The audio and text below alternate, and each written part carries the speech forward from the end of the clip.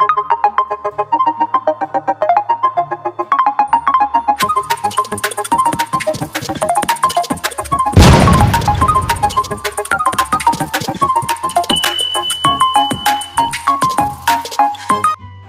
समय की बात है, जबलपुर नामक गांव में एक संजय नामक मेहनती किसान रहा करता था।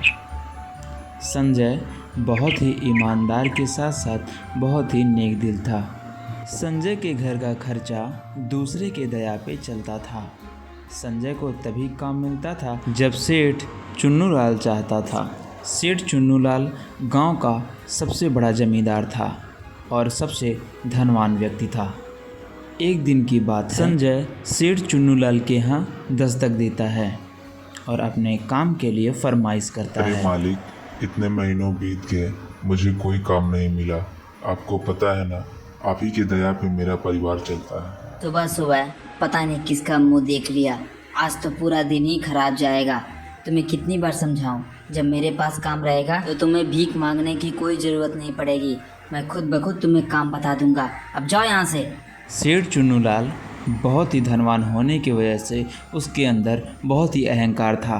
वह किसी से भी प्यार से बात नहीं करता था। संजय अपने घर आके अपने पत्नी को सारी शिकायतें बताता है। हेमा, अब लगता है मुझे कोई काम नहीं मिलेगा।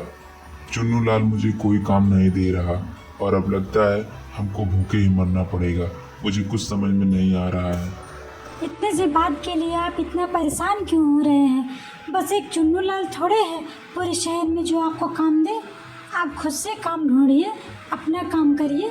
हेमा की बात संजय को समझ में आ जाती है, लेकिन संजय पूरे दिन टहलने के बाद भी कोई काम लेके घर वापस नहीं आता और अपना उदासी चेहरा हेमा को आगे दिखाता है। हेमा बोलती है, क्या हुआ? आपका चेहरा इतना उदास क्यों है? आप इतना परेशान क्यों लग रहे हैं? हेमा, आज मैंने पूरे दिन काम की तलाश की, लेकिन मुझे कोई काम नहीं मिला। मैं कल अपना काम ढूंढ लूंगा। कल सूरज की किरणें निकलते ही मैं अपने काम के लिए चला जाऊंगा।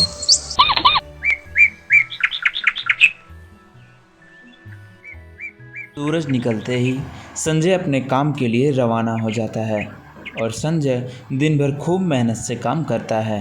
संजय दिन भर काम करके शाम को घर लौटता है। अरे हेमा, हेमा, कहाँ हो तुम? जल्दी आओ हेमा।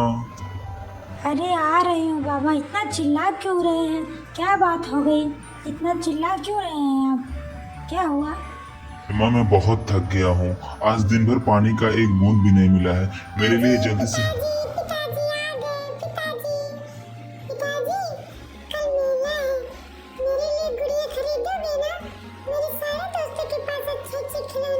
हाँ हाँ सोनम, मैं तुम्हें कल जरूर गुड़िया दिलाऊंगा। तुम खुद ही मेरी प्यारी सी गुड़िया हो। मैं तुम्हें मेले में कल सबसे अच्छी गुड़िया दिलाऊंगा।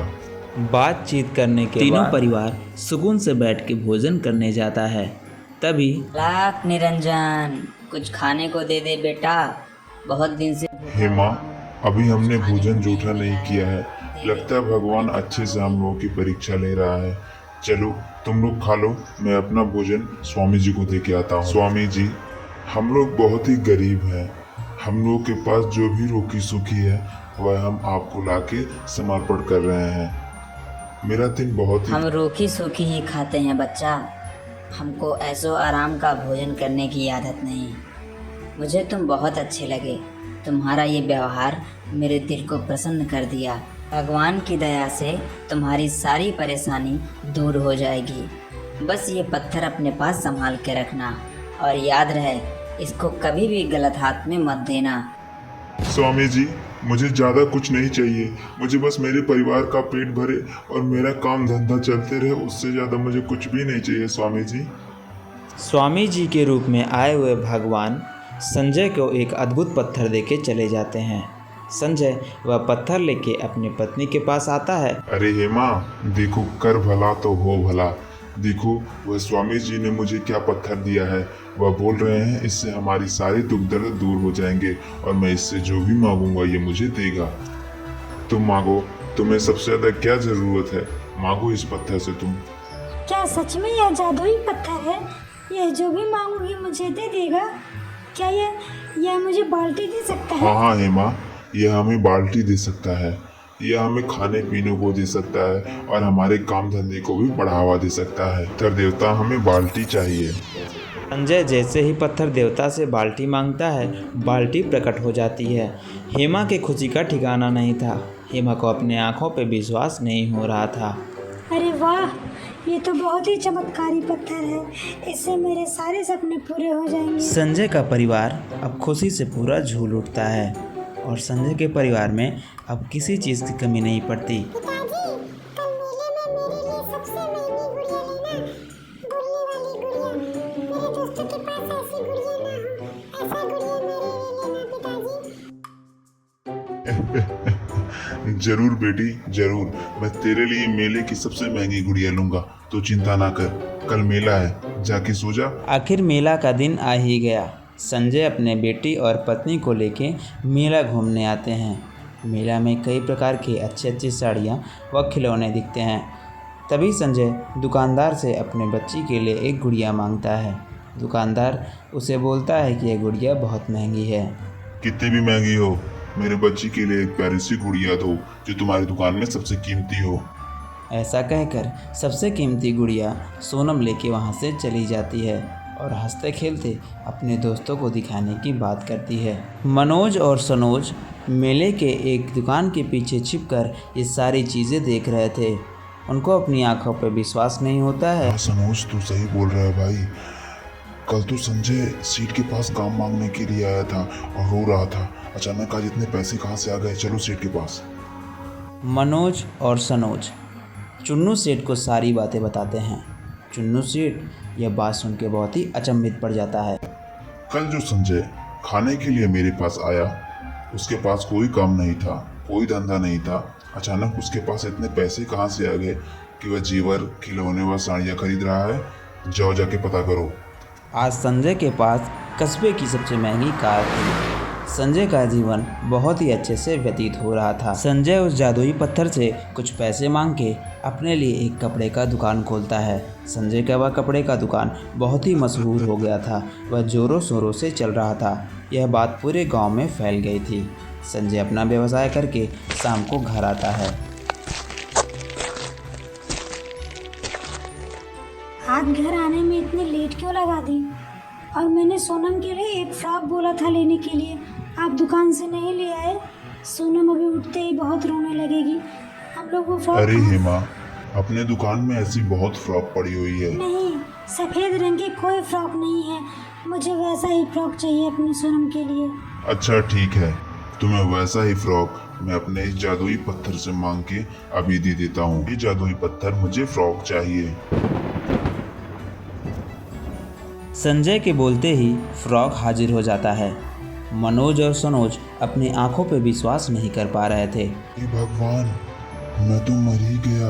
अब पता चला ये संजय रातों रात अमीर कैसे हो। चल मनोज, ये सब बातें सेठ को बताते हैं। मनोज सनोज यह सारी बात आके सेठ को बताते हैं। इन दोनों का बात सुन के सेठ तुरंत ही दौड़े दौड़े संजय के घर की तरफ निकल देता है। सेठ चुन्नूलाल वह जादुई पत्थर चुरा लेता है। अरे वारे, आज तो मज़ा ही आ गया। इस जादुई पत्थर से मैं रातों रात अमीर बन जाऊंगा। हे जादुई पत्थर, मुझे ढेर सारा घर भर के सोना चाहिए। सेठ जैसे ही पत्थर से कुछ मांगता है, सेठ का पूरा घर धुएं से भर जाता है और सेठ का दम घुटने लगता है। सेठ जल्दी जल्दी अपने घर से बाहर आता है और उसका पूरा घर जल के स्वाहा हो जाता है।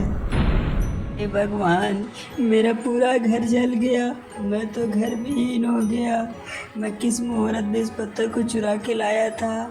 सेठ चुन्नूलाल को अपनी गलती का पछतावा होता है और वह उस पत्थर को उसके मालिक के पास वापस छोड़ आता है। संजय भाई, आज मुझे अमीर बनने की लालसा मुझे सड़क पे ले आई। मुझे माफ़ कर दो, अपना पत्थर अपने पास रखो।